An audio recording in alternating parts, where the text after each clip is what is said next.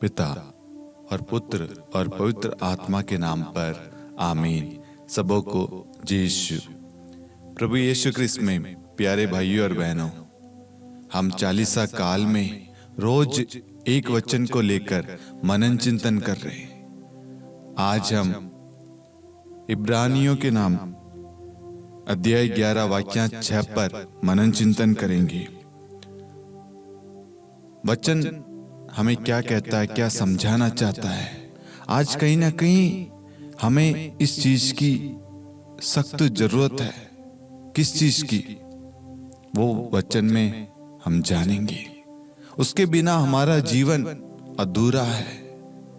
बहुत सारी चीजें जो ईश्वर हमारे जीवन में प्रकट करना चाहता, देना चाहता है, वो रुक जाती है एक कमी की वजह से। सबसे पहले हम वचन को पढ़े। वचन कहता है, विश्वास के अभाव में कोई भी ईश्वर का कृपा पात्र नहीं बन सकता। जो ईश्वर के निकट पहुंचना चाहता है उसे विश्वास करना है कि ईश्वर है और वह उन लोगों का कल्याण करता है जो उसकी खोज में लगे रहते हैं। आज बहुत सारे लोग हैं जिनके अंदर विश्वास की कमी है, विश्वास का अभाव है। इस कमी की वजह से, इस अभाव की वजह से उनके जीवन में ईश्वर की कृपाएं प्रकट नहीं होती, ईश्वर की ब्लेसिंग रुक जाती है। ईश्वर आपको और आपके परिवार को आशीष देना चाहता है, लेकिन आप विश्वास नहीं करते। आप जब प्रार्थना करने बैठते हैं तो आपको विश्वास नहीं है कि मेरा जीवन, मेरी परिस्थिति बदलेगी या नहीं। कहीं ना कहीं आपके अंदर विश्वास की कमी है। ये विश्वास की कमी ये दर्शाता है कि हम किस पर, ईश्वर पर भरोसा नहीं करते। वह ईश्वर जिसने आपकी, मेरी, हम सबकी सृष्टि की है, रचना की है। वचन यहाँ पर स्पष्ट रूप से हमें समझाता है कि विश्वास के अभाव में कोई भी ईश्वर का कृपा पात्र नहीं बन सकता जो ईश्वर के निकट पहुंचना चाहता है।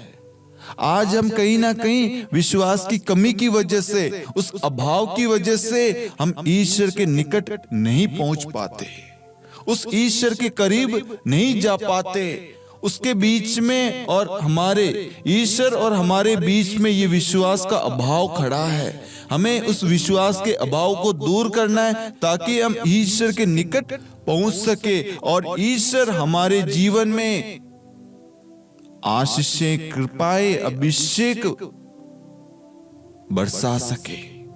आगे वचन कहता है, उसे विश्वास करना है। किसे? हमें विश्वास करना है कि ईश्वर है।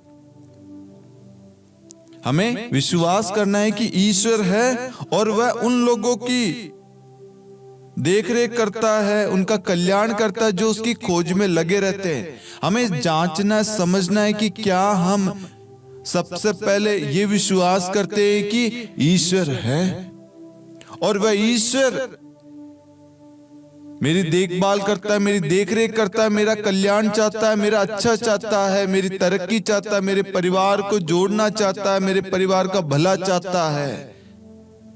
हमें विश्वास करना है।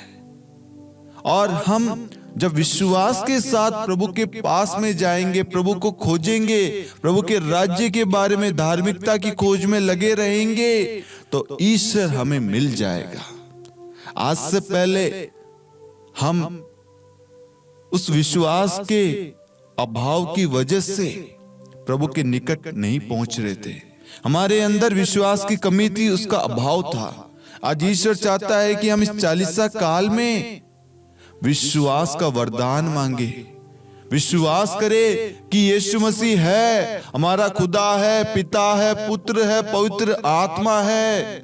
हमें विश्वास करना है कि वो खुदा, वो परमेश्वर आपकी, मेरी, हम सबकी चिंता करता है, वो हमसे प्यार करता है, वो हमारा कल्याण चाहता है और हम विश्वास के द्वारा उस प्रभु के पास जाएं। जब हम विश्वास के साथ जाएंगे तो ईश्वर की कृपाएं हमें प्राप्त होगी।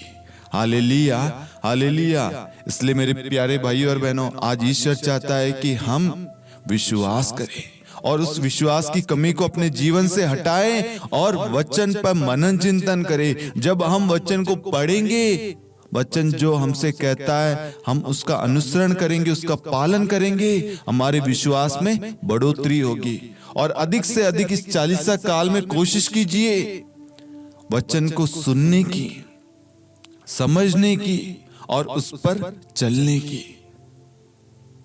मैं आशा करता हूं कि आप सभी को आज के वचन के द्वारा लाभ प्राप्त हुआ होगा, एक मार्गदर्शन मिला होगा, एक राह मिला होगा, आपके विश्वास में बढ़ोतरी हुई होगी। आप इस प्रार्थना के लिंक को अन्य लोगों के साथ भी शेयर करना ताकि उनके विश्वास में भी बढ़ोतरी हो। पिता और पुत्र और पवित्र आत्मा के नाम पर आमीन। सबों को जय यीशु।